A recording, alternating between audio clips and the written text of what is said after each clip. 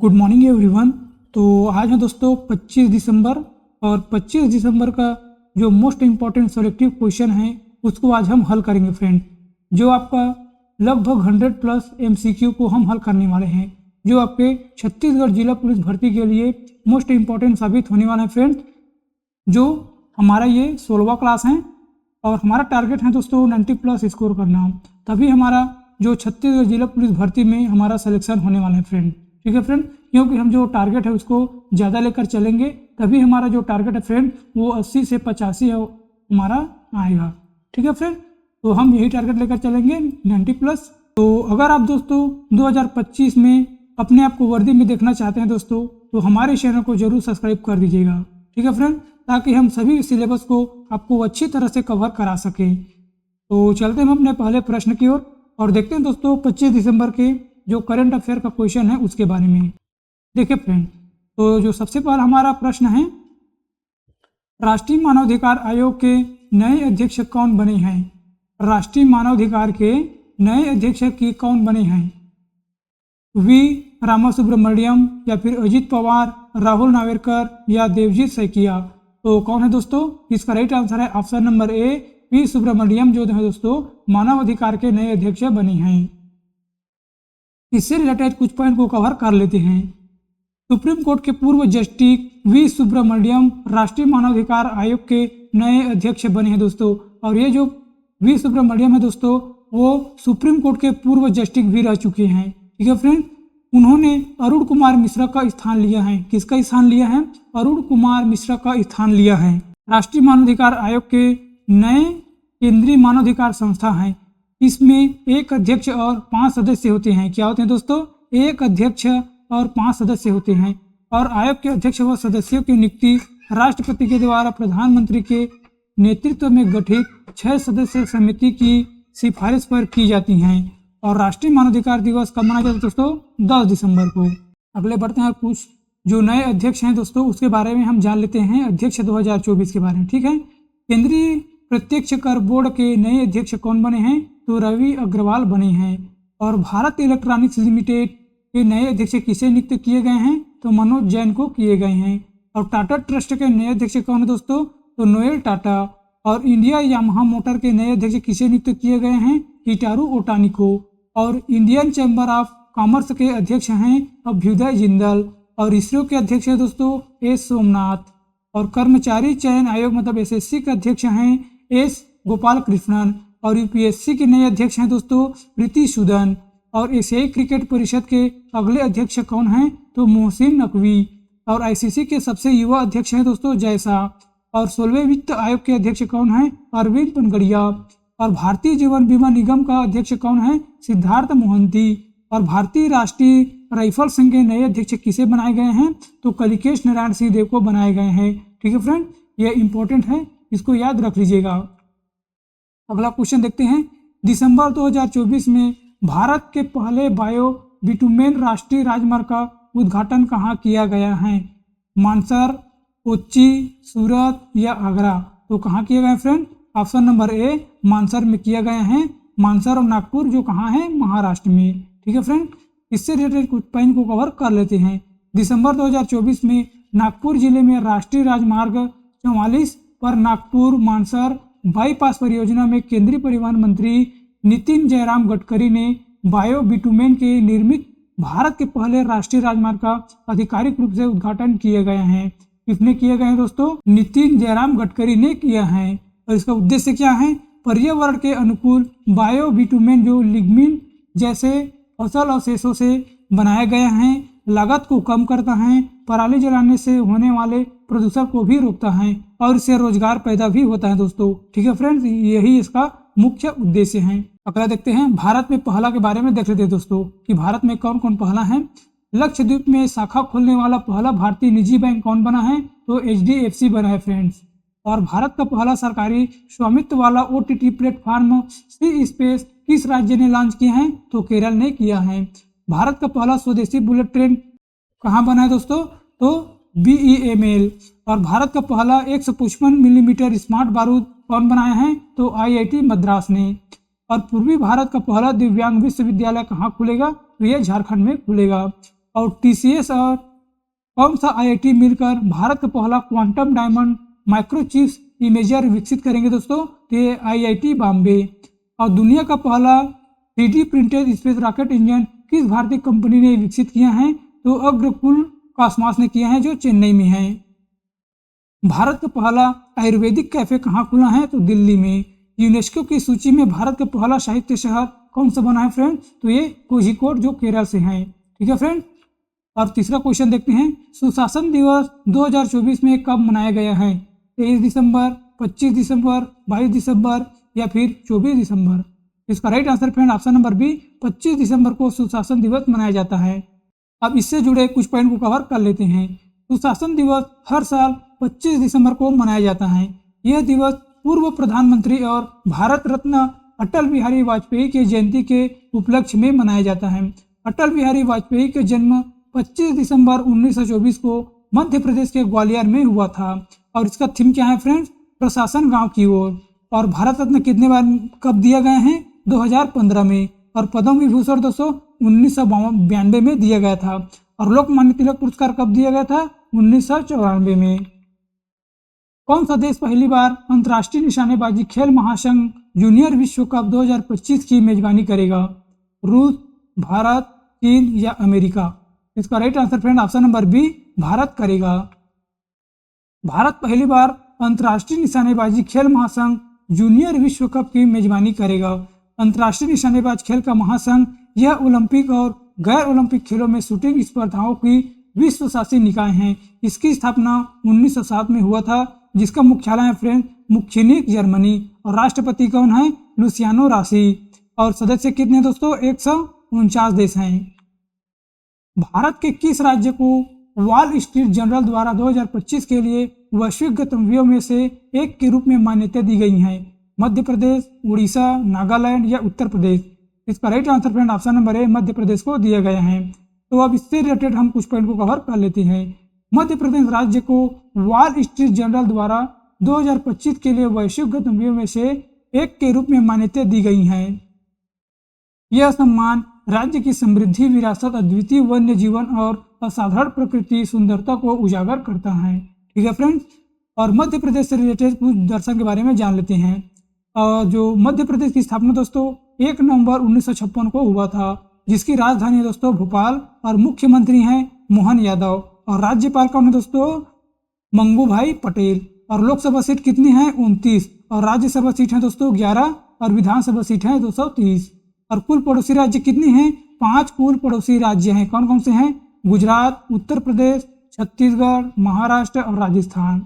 और राज्य वृक्ष कौन सा दोस्तों? बरगद। और राजकीय फूल हैं मैडोना लिली। और राजकीय पशु हैं बारहसिंघा। और राजकीय पक्षी हैं दूधराज। और राजकीय खेल हैं मलखम्ब। ठीक है फ्रेंड। और इसमें जिले कितने दोस्तों? मध्य प्रदेश में 55 जिले हैं। और उच्च न्यायालय कहाँ पर है? जबलपुर में। सबसे ज्यादा टाइगर किस राज्य में दोस्तों? जो मध्य प्रदेश में स्थित है। वहाँ पे कितने टाइगर हैं? 785 टाइगर हैं। ठीक है फ्रेंड, जिसे टाइगर स्टेट घोषित किया गया है। और सोया स्टेट 25% मध्य प्रदेश हैं। और मध्य प्रदेश के प्रथम मुख्यमंत्री कौन है? रविशंकर शुक्ला। और मध्य प्रदेश की प्रथम महिला उप मुख्यमंत्री कौन है दोस्तों? सॉरी दोस्तों, ये मुख्यमंत्री है ना। मुख्यमंत्री कौन है? उमा भारती। और प्रसिद्ध व्यक्ति कौन कौन है देखते हैं? अटल बिहारी वाजपेयी और शंकर दयाल शर्मा, अहिल्याबाई, अवनीत बाई, रानी दुर्गावती, मोहम्मद हिदायतुल्लाह।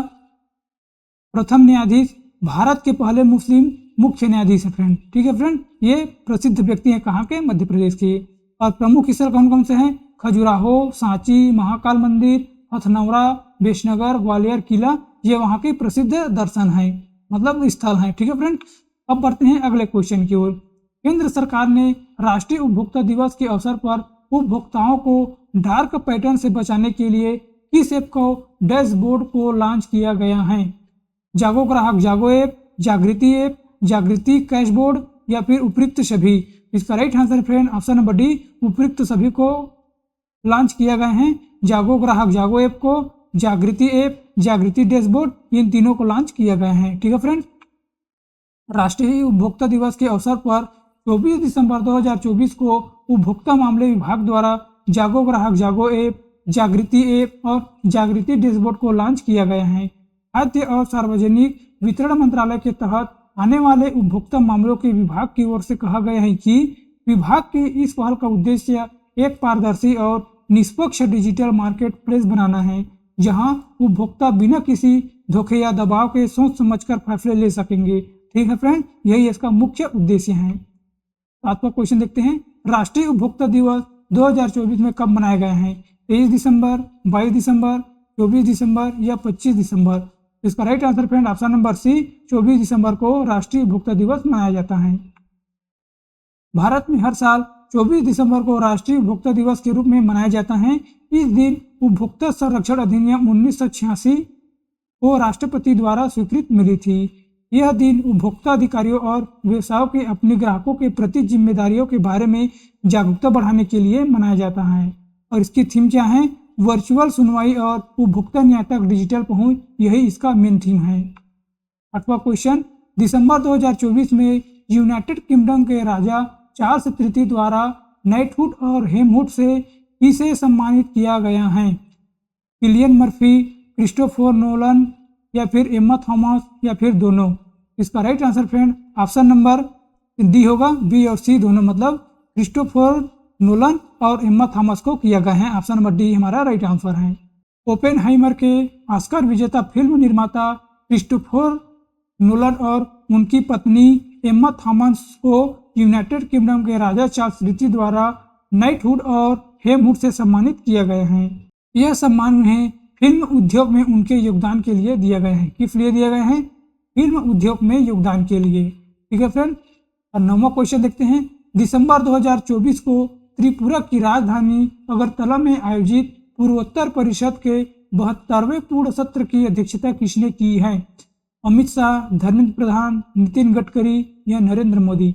इसका right answer friend option number ए, अमित शाह ने किया है। यहाँ पर उसका फ्रेंड है, आप देख सकते हैं। केंद्रीय गृह मंत्री और सहकारिता मंत्री अमित शाह ने 21 दिसंबर को 2024 को त्रिपुरा की राजधानी अगरतला में आयोजित पूर्वोत्तर परिषद के 72वें पूर्ण सत्र की अध्यक्षता की है, जो 2002 में संशोधित पूर्वोत्तर परिषद अधिनियम 1971 के प्रावधान के तहत परिषद की बैठक वर्ष में कम से कम 2 बार आयोजित की जाती हैं। और इस पूर्व सत्र में पूरे पूर्वोत्तर क्षेत्र के लिए विकास के एजेंडा को प्रस्तुत किया गया है। ठीक है फ्रेंड, और ये जो सत्र है कितनी बार किया जाता है? साल में कम से कम 2 बार किया जाता है। 10वां क्वेश्चन की ओर बढ़ते हैं, राष्ट्रीय किसान दिवस 2024 कब मनाया गया है? 25 दिसंबर को, 23 दिसंबर, 22 दिसंबर या 24 दिसंबर? तो इसका right answer friend option number B, 23 दिसंबर को मनाया जाता है राष्ट्रीय किसान दिवस हर वर्ष। राष्ट्रीय किसान दिवस हर साल 23 दिसंबर को मनाया जाता है। यह दिवस राष्ट्र के प्रति किसानों के योगदान का सम्मान करने तथा भारत के 5वें प्रधानमंत्री एवं किसानों के अधिकारों के प्रमुख समर्थन चौधरी चरण सिंह जयंती के उपलक्ष्य में मनाया जाता है। किसके उपलक्ष्य में? चौधरी चरण सिंह की जयंती के उपलक्ष्य में मनाया जाता है। और इसका मेन थीम क्या है दोस्तों? स्थायी नवाचारों के माध्यम से किसानों को सशक्त बनाना, यही इसका मेन थीम है। वर्ष 2024 में चौधरी चरण सिंह को भारत रत्न से भी सम्मानित किया गया था। ठीक है फ्रेंड, इसको भी याद कर लेना है। 11वां क्वेश्चन, दिसंबर 2024 में next gen ATP finals tennis प्रतियोगिता का खिताब किसने जीता है? मतलब जो दूसरे सबसे युवा चैंपियन कौन बने दोस्तों? Joao Fonseca, Rafael Nadal, Rohan Bopanna या फिर नोवाक जोकोविच? इसका right answer friend option number A, Joao Fonseca को दूसरे सबसे युवा चैंपियन बने हैं। दिसंबर 2024 में ब्राजील के जोआओ फोसेका ने जेद्दा के next gen ATP finals tennis प्रतियोगिता का खिताब अपने नाम किया है। और जोआओ फोसेका ने अमेरिका के लर्नर टियन को हराकर, किसे हराकर? लर्नर टियन को हराकर यह खिताब अपने नाम किया है। और जोआओ फोसेका यह खिताब जीतने वाला दूसरा सबसे युवा खिलाड़ी है। पहले कौन है दोस्तों?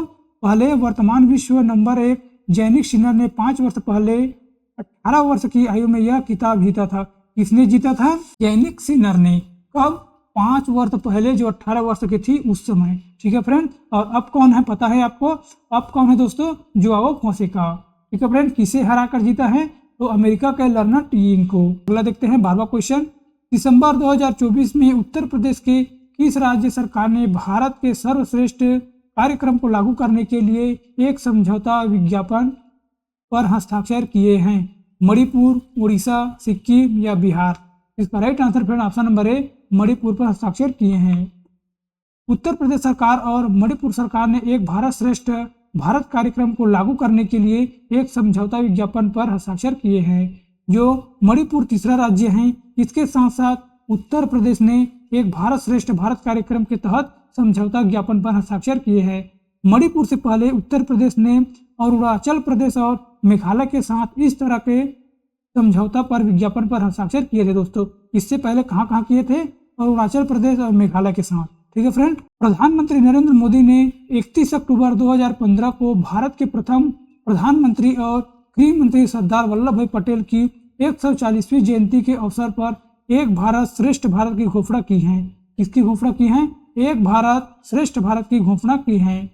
एक भारत श्रेष्ठ भारत कार्यक्रम के पीछे एक विचार देश के विभिन्न क्षेत्रों के बीच निरंतर सांस्कृतिक और गैर राजनीतिक गतिविधियों को बढ़ावा देना है, ताकि वे एक दूसरे को बेहतर ढंग से समझा जा सके और राष्ट्रीय एकता को मजबूत किया जा सके। ठीक है फ्रेंड। तो आज का हमारा जो क्वेश्चन है यहीं पर समाप्त होता है दोस्तों। और आप सभी के लिए 2 क्वेश्चन का मैं टेस्ट लेकर आया हूं, जो इन दोनों क्वेश्चन का आंसर मुझे कमेंट बॉक्स में देना है और अपना फीडबैक भी जरूर देना है फ्रेंड, ताकि मुझे भी पता चले कि आप लोगों कैसे पढ़ाई कर रहे हैं और जो मैं वीडियो लेकर आया हूँ वो आपको पसंद आ रहे हैं या नहीं आ रहे हैं दोस्तों। उसका जरूर हमें फीडबैक दीजिएगा ताकि हमारा भी मनोबल बने रहे। ठीक है फ्रेंड। अब देखते हैं पहला क्वेश्चन। राष्ट्रीय किसान दिवस 2024 में कब मनाया गया है फ्रेंड? 25 दिसंबर, 23 दिसंबर, 22 दिसंबर या 24 दिसंबर? तो इन क्वेश्चन का आंसर मुझे कमेंट बॉक्स में देना है फ्रेंड्स। और अगला क्वेश्चन है, राष्ट्रीय मानवाधिकार आयोग के नए अध्यक्ष कौन बने हैं? वी रामासुब्रमण्यम, अजीत पवार, राहुल नावेरकर या देवजीत सकैया? तो इन दोनों का आंसर दोस्तों हमें कमेंट बॉक्स में देना है और अपना फीडबैक भी जरूर देना है दोस्तों कि ये जो वीडियो है आपको कैसा लगा है। ठीक है फ्रेंड। तो आज की सेशन में बस इतना ही दोस्तों। मिलते हैं अगले वीडियो पर। Thank you very so much.